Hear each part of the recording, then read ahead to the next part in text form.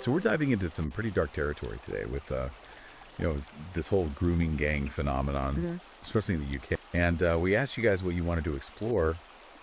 And this was one of the top requests. A lot of people So we're going deep. submitted this one. Yeah, into Conrad Reicher's 2025 book, Grooming Gangs, A Nation's Betrayal of Its Children. And I think, right off the bat, I want to be clear, this isn't about, it's about really understanding this problem and how deep it goes and where these roots are coming from. Absolutely. And I think one of the things that Riker does so well in the book is he just lays out the sheer scale of it. Yeah. We all heard about Rotherham, but he suggests that the true number of victims nationwide could be in the tens of thousands. Oh, well. It's not an isolated incident. Tens of thousands. Systemic. That's crazy. You think about Rotherham, 1,400 children abused just in Rotherham from 1997 to 2013. And that's horrifying enough, but then he lays out similar situations in Rochdale, Oxford, Telford. It just keeps going. Yeah, and it goes on and on. And, that's where the 2014 J report really comes in. And Riker really dissects it. He talks about not just the systemic failures, but the victim blaming that was rampant. Oh, yeah. Remember Emma's story? 12 years old, abused in Rotherham, but the authorities just labeled her a troublemaker. I remember that. Yeah. And it makes you wonder how many Emmas are out there, just completely dismissed and unheard. Yeah. And I think one thing that really got me when I was reading this was just how sophisticated these gangs were operating. Oh, yeah. Not just, physical abuse. Yeah. It goes way beyond that. It's methodical. They prey on vulnerable individuals. Yeah. Often, girls from broken homes or girls lacking support system. Right. Then comes the love bombing, the showering with gifts and affection, making the victim feel special. Right. And really isolating them from their real support network. It's so insidious. It's like creating this dependency, Yeah. this warped sense of reality Exactly. where the abuse becomes normalized. Exactly. The abuse just becomes normal. That's all they know. Wow. And of course, drugs and alcohol often involved in this, Oh, of course. just to further break down any kind of resistance they might have. And so then these victims are just completely trapped. They're believing that this is all they deserve. Absolutely. And Riker goes into detail about the institutional failure that allowed this to go on. He doesn't hold back. He calls out the police, social services, schools, even the healthcare system. It's like everyone was looking the other way. It really is. And one of the key factors that Riker highlights is this fear of accusations of racism Oh, yeah. that paralyzed a lot of these institutions, particularly the police. Especially the police, yeah. There was this one case in Rotherham where a 14-year-old girl reports abuse, and the police tell her it's a lifestyle choice. Wow. Can you imagine that? It's unbelievable. And it wasn't just the police. It was social services, schools, like you said, even healthcare, where victims were being ignored or blamed.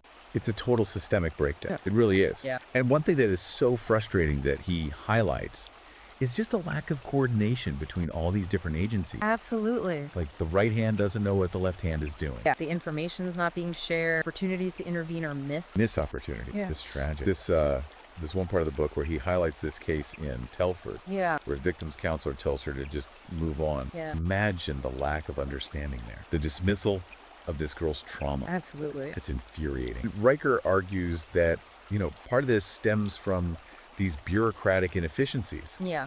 that plague these institutions. Staffing, lack of training, Complacency. all of that played a role. Yeah, it all plays a role. Yeah. And what you're left with is a sense that these girls were just completely vulnerable. Totally. Let down by the very people who should have been protecting them. Yeah, it's really tough to read. It is. And in the next part, we're going to kind of dig deeper into some of the cultural factors here. Yeah. And the long-term impact on these victims. It's heavy stuff, It is. but it's crucial to understand. Yeah, absolutely crucial to understand the full picture. We Absolutely. can't just scratch the surface here. Absolutely. Just dive deep. We got to dive deep. All right, we'll be back in a minute with part 2. It's tough to even imagine the impact this has on these girls. Right. The victims, it goes so much deeper than just, the physical and sexual abuse. Oh, absolutely. The psychological trauma. Immense. Riker talks about high rates of PTSD, depression, anxiety, Yeah. tragically, even suicidal ideation Absolutely. among survivors. It's interesting because he points out how a lot of these girls Yeah.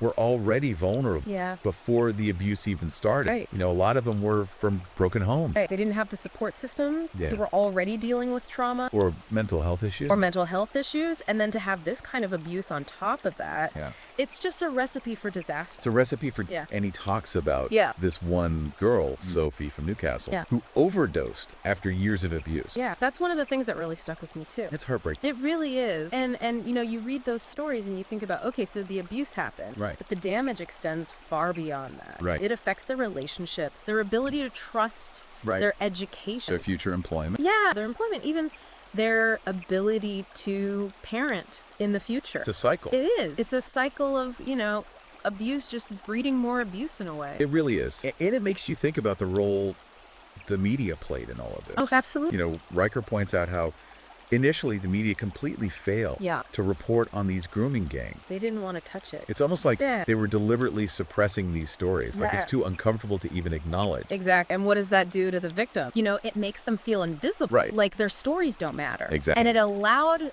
this abuse to continue for years. Unchecked. Checked. Yeah. You know, and I think there was this fear, you know, of covering these stories. Right. Especially when it came to, you know, the perpetrators being from, you know, certain ethnic or religious backgrounds. Right. It's like political correctness trumped, you know, the safety and well-being of these children. It's like they were afraid to offend Exactly. certain groups. Yeah. And those kids were just left out to dry. And those kids were left to fend for themselves. Yeah. And I will say that Riker does acknowledge that investigative journalism ultimately played a huge role Absolutely. in exposing the truth. Oh, yeah. He highlights those brave journalists who actually broke the silence. Yes, hero. The real heroes here. Yeah. And they pushed for accountability. Right. And they helped bring these crimes into the light. Finally into the light. Yeah.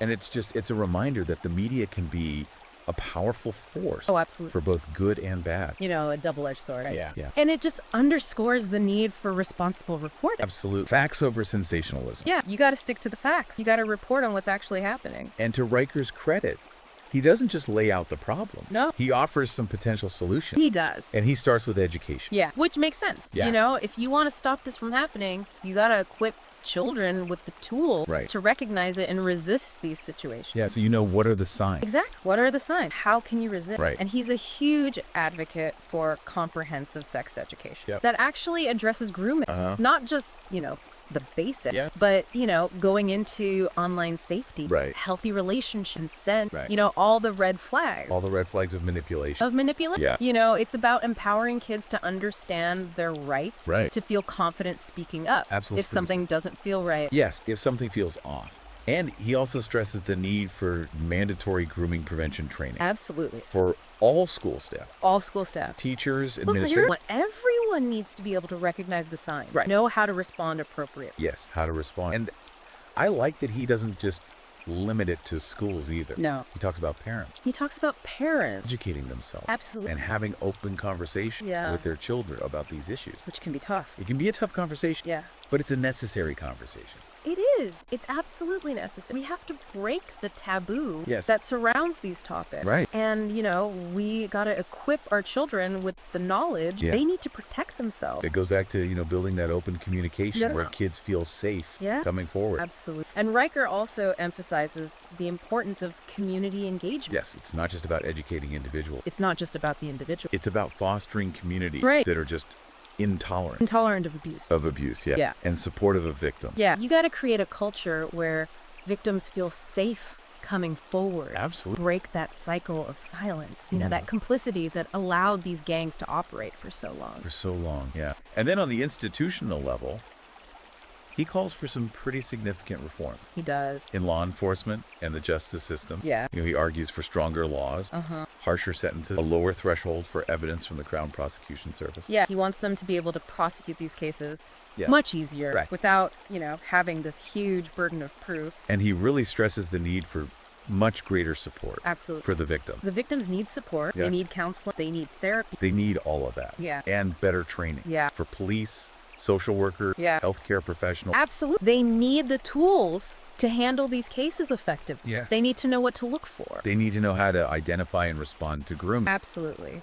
And ultimately, Riker says it comes down to political will. Yes. You know, we need leaders who are willing to prioritize child safety, Yes. even when it's politically unpopular. Even when it's politically risky. Even when it's politically risky, they got to take a stand. They got to do what's right. They got to do what's right. And one thing that I found really insightful in the book is his analysis of how both the left and the right have engaged with this issue. It's fascinating, isn't it? It is. Because both sides have really kind of dropped the ball here. They have in different ways. Yeah. Very different ways. And Riker, he argues that the far right Yeah. has often exploited this issue for political gain, Right. using divisive rhetoric, fueling anti-immigrant sentiment. Yeah. And they really hone in on, Yeah.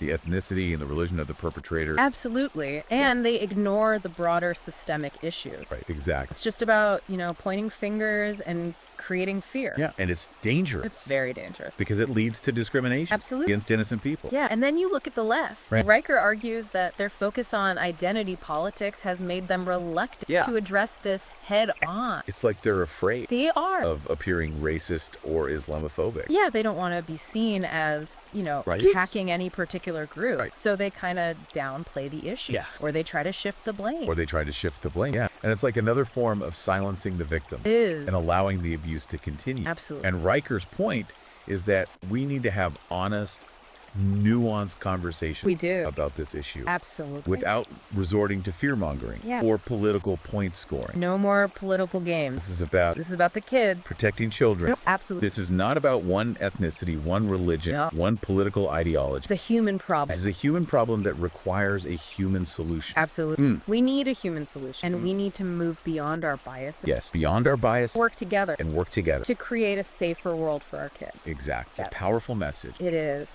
And in the final part, Yeah. we're going to delve a little deeper into Riker's call to action. Okay. Explore the cultural and religious factors he highlights, Yeah. and really look at his suggestions for a way forward. Yeah, it's a tough one, right? How do we address those cultural and social factors Yeah. that contributed to this problem? Without falling into that trap Yeah. of bigotry and prejudice. Right, because we can't just ignore it. Right. Riker, he argues we can't afford to ignore the role of culture and community. Right. But we got to be careful. Absolutely. And he talks about those dangers of cultural relativism, Uh-huh. where that fear of offending certain communities. Leads to inaction. Yeah. And we've seen how that paralyzes institutions. Right. It prevents them from doing their job. Absolutely. And protecting vulnerable children. And I think, he makes a really good point that you got to hold individuals accountable Right. while recognizing the broader cultural. Yeah. So it's not about blaming entire communities. Right. But we can't pretend that culture doesn't play a role. Absolutely. Yeah. And he also tackles, that sensitive topic of religion. Yeah. And, he's careful not to demonize any particular faith. Right. But he points out how, sometimes religious leaders Yeah. provided moral cover Yeah. They gave cover. for these grooming activities. Absolutely. And how some individuals twisted religious texts Yeah. to justify those harmful attitudes towards women and girls. And it's hard to hear. It is. But these are the kinds of things we have to examine if we Yeah. want to get to the root of the problem. Yeah. And he's calling for honesty and an open dialogue. He wants to challenge those harmful interpretations of religious texts Yeah. and promote a more, respectful and egalitarian understanding of faith. Absolutely. And I think ultimately, Yeah. Riker's book is a call for a more nuanced Yes. and informed approach Yes. to the whole issue of grooming gang. Right. It's a challenge to move beyond the simple narrative. And the sound bites. Yeah, we hear from both sides. Yeah, from the left and the right. This isn't a black and white issue. Absolutely not. This is a very complex issue. It is, and it Yeah, requires, so- yes, absolutely. Really and understand. So as we're kind of wrapping up this deep dive here, Yeah. what are your key takeaways? What are you thinking about? I think for me, the thing that really sticks with me is just the sheer scale of this problem. Yeah. And how these systemic failures Yes. allowed this to flourish for so long. For so long. It's a reminder that we can't be complacent. Right. We all have a responsibility to be vigilant. Yes. To speak up when we see something wrong. Absolutely. I think for me, what was really chilling was just the level of manipulation Yeah. that these gangs employ. Yeah, it's terrifying how calculated it was. It really highlights how crucial education is. It does. We have to empower children Yeah. and equip those who work with them to recognize the signs Absolutely. of grooming and abuse. Yeah. Riker's book is a wake-up call. It is. It's a challenge to do better. Yes. To be better. Yeah. And if you're interested in learning more, Yeah. definitely check out Conrad Riker's book, Grooming Gangs, A Nation's Betrayal of Its Children. You can find it on Amazon Kindle and Google Play Books. Yeah, we'll include a link. In the episode description. This has been a tough conversation, It has been. but a necessary one. Absolutely. The grooming gang crisis is a stain on our society, It is. but it's a stain that we can remove. We can remove it. We just gotta We be willing to face the truth. we have to face the truth. We gotta learn from the past and work together Yeah. to create a safer future for all children. Yes, it's a long road ahead, It is a long road. but we cannot afford to give up. No. The stakes are simply too high. They are. Thanks for joining us. Thanks for joining us on this deep dive. Keep learning, keep questioning, And keep fighting for what's right. for what's right. Absolutely.